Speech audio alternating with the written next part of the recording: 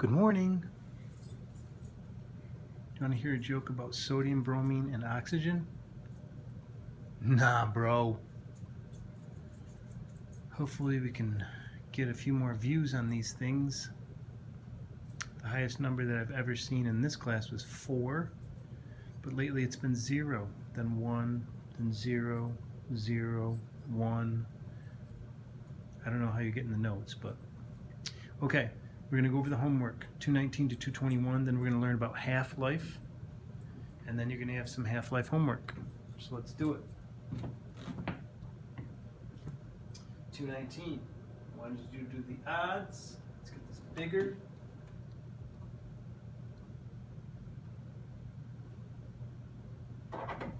Number 1, which particle has the greatest mass? Well, that would be an alpha particle. Beta particles and electrons are essentially the same thing. Neutrons have 1 atomic mass of 1, but this has an atomic mass of 2. Number 3, which radioactive emanations, that means emanation means something that's given off, have a charge of 2+. Well, I just told you, they're alpha particles. Okay? It's a helium atom, but the helium atom's electrons have been ripped off of them. Okay, so it's an alpha particle. Number 5, according to the reference table N, a product of the radioactive decay of radium-226 is what? Well, let's look at table N. Table N.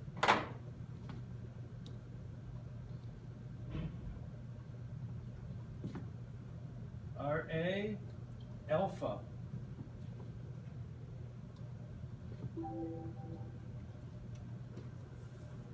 So the alpha product is the same thing as helium-4 2. So the answer here is helium-4 2. That's the same thing as an alpha. Number 7, in the nuclear equation, thorium makes radium plus X. What is letter X? Well, remember, we have to make sure that what these two things add up to is equal to this. So 228 plus what equals 232? That's a 4. And 88 plus what equals a 90? That's a 2.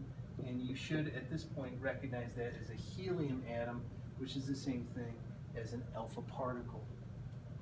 Number 9, positrons and beta particles have. Well, let's check. Let's go down.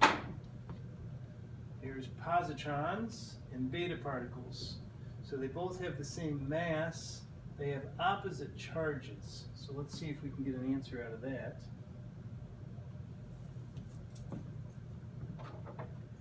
Same charge, no, same charge.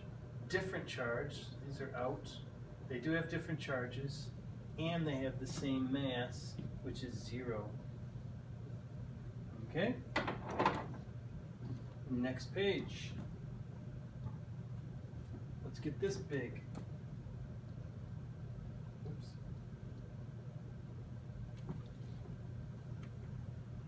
$17. Wait, we skipped some? What was this one? 9, right?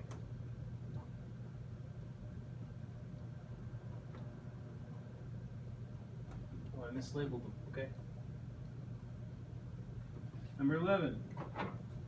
What does the X represent in the following reaction?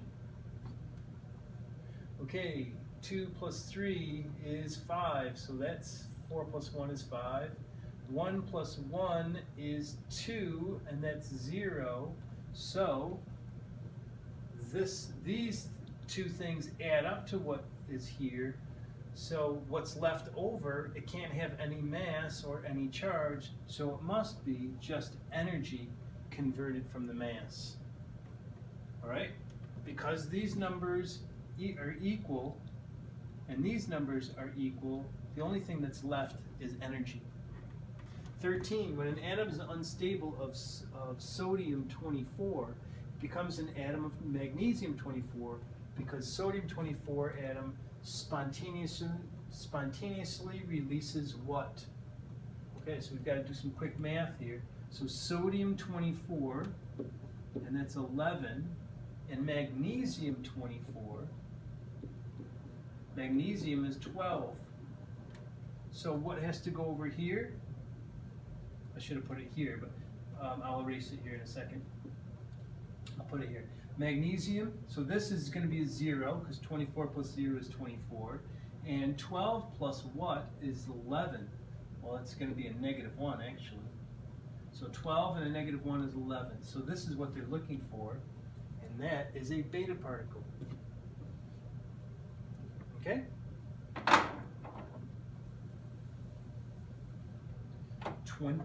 15. Write a balanced nuclear equation for each of the following. Oh, I didn't realize I gave you each one of those. Yes. All right. So beta decay of lead-210. Lead-210. Lead is 82. Beta decay is 0, -1.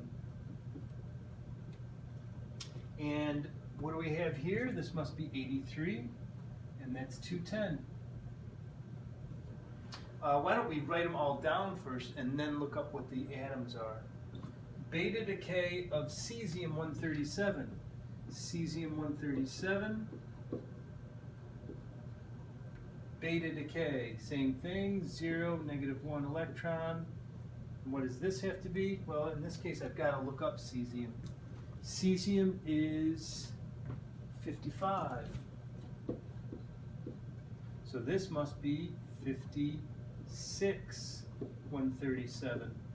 That's letter B. We'll look that one up here in a second. C, alpha decay of radon 222. Radon 222. What does it say? Alpha decay. So alpha is 4,2 helium, and radon is over there at 86. So this must be 84. And then this is going to be 218. We'll look that one up here in a second. D, alpha decay of gold, 185.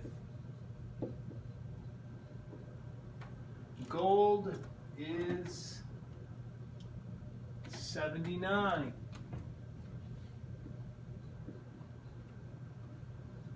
What do they ask for? Alpha decay, same thing as the one above. And this is going to be 181. 79 and 2, so that's 77. We'll look that one up in a second. E, positron of iron 53. Iron 53, and I believe it's iron is 26. Yep, 26. I'm right on that one. Positron. Well, a positron's kind of like the opposite of an electron. It's a positive one. And then this is going to be a 25. 53. We'll look that one up in a second. And lastly, letter F, I should be using red. Calcium 37. Calcium 37. Calcium is 20. I do remember that. Positron is 0. Electron positive 1. And this is going to be 19 and 37. Well, this one I know is potassium. So let's look up the other ones. 56. 56 is barium. 84. 84 is polonium. P-O. 77. 77 is iridium. I-R. And lastly, 25 is right before iron, that's manganese. Okay? So, hopefully you got those. You can pause to make sure. I'm going to move on. 17. Which particle is is represented by X in the following transmutation. Okay, this is the same thing. 234, 234, this must be a 0. And 90 and 91, this must be a -1. So this is a beta particle. All right. 19, which particle is present represented by X in the following? Same kind of thing. 131, 131, that's a 0. 53, 54, that's a -1. Same thing, it's a beta particle. All right, 21, which species is represented by X in the following transmutation? All right, so we've got a bombardment. This is an artificial one. So we're smashing beryllium with hydrogen. So we have to have the totals here the same. So what happens here is that an alpha particle comes off. This has to total 10. So I've got a 6 up here. This has to total 5. So this is a 3. So which one's 6, 3? And lastly, 23, what is the identity of the particle X in the following transmutation? It's very similar. It is the same question. So it's hydrogen 1,1. There it is right there. I could have used a different thing here, but so hydrogen 1,1, what does that mean? That means 9 plus 1 is 10, and that's 10. 4 plus 1 is 5, 3 plus 2 is 5. Okay? All right, today we're going to be learning about half-life. Half-life is the amount of time required for 1/2, this way, sorry, 1/2 of, did I go by it? No, I didn't.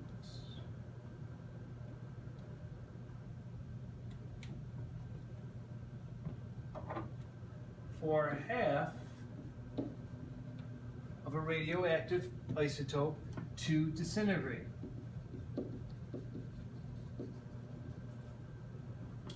The rate of decay is constant, does not change. And you're going to have to be familiar with table N. Constants are listed there. The rate of decay is different, however, for each isotope. Okay? So even in an atom like carbon, which has carbon 12, 13, and 14, 14 is radioactive, probably has 15 too. So those are also going to go at the different rate. So how does this work? If I have 20 grams of radium-226 and its half-life is about 1600, what happens? After 1600 years, which is the same thing as 1/2 life, I start with 20 and I end with 10. So I've got half as much. Okay? So I'm starting with 20. After another 1600 years, or another half-life, I have half that much. So it goes down by half each time. So I can measure how much is left, figure out how many half-lives there have been, and then after that figure out how old it is. There's always going to be some radioactive isotope left. You get down to the last atom, I suppose. And here's an example problem. An isotope of cesium-137 has a half-life of 30 years. These can get a little tricky, so pay attention.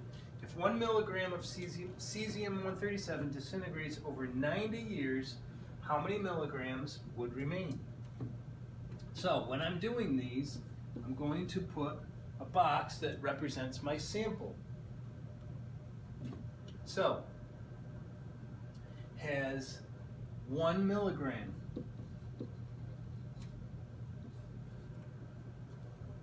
It has a half-life of 30 years. So when I'm doing this, I put my half-life above the arrow.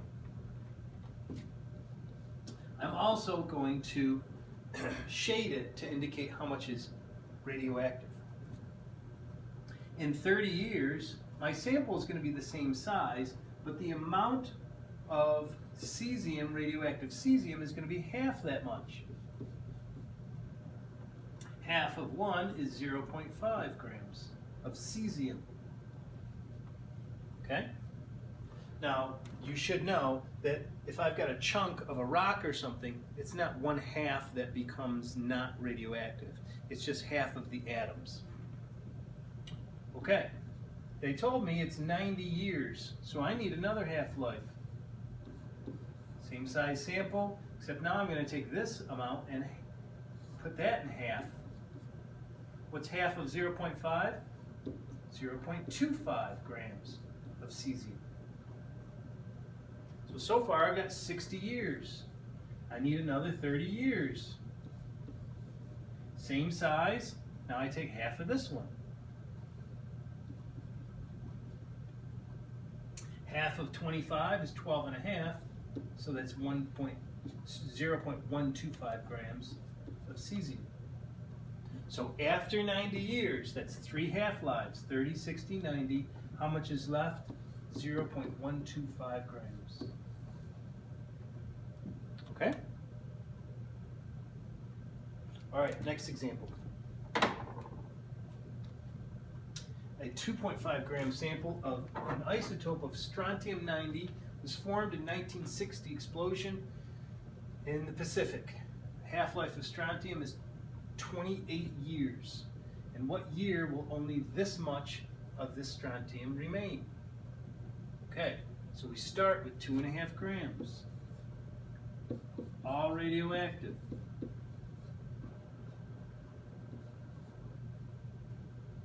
Half-life is 28 years. Half of this, half of 2.5. It's 1.25 grams. Same size sample. Half of that. Half of 1.25 is 0.625. The half-life is in what year will only 0.625 grams of this strontium remain? Well, I've got 0.625 grams and I've got another half-life. So I have to add these up. 28 plus 28, that's 56. And this explosion happened in 1960. So this is the year it started, 1960.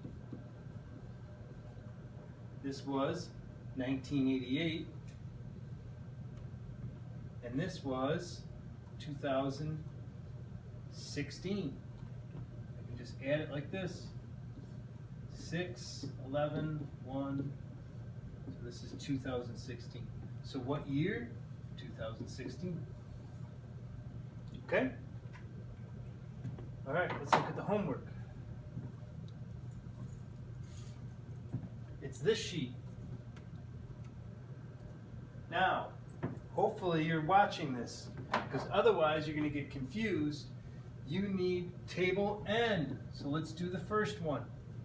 Sample of potassium-42 is allowed to decay for 74.4 hours. How many half-life periods went by during this time? So I have to look up potassium-42 in table N. Well, here's table N. And I'm looking for potassium-42. There's potassium-42. Look, its half-life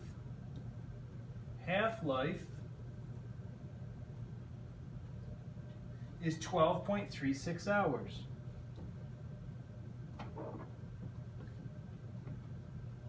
So, what do? 12.36 hours is the half-life.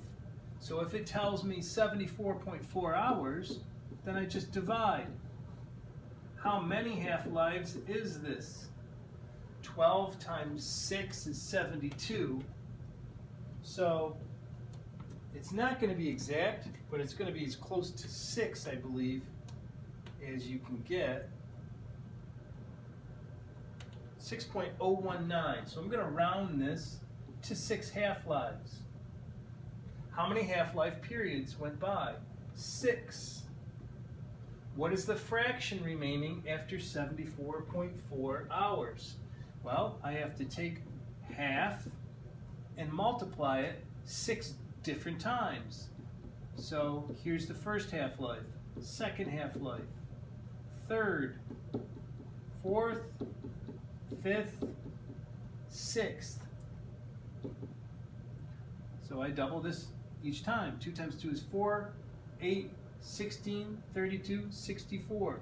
So 1/64 of the original amount will remain after that period of time. Okay? I want you to do 2, 4. Now, I want you to do the rest of them except for number 6. You don't have to do this one. So do 2, 3, 4, and 5. All right? 2, 3, 4, and 5. See you.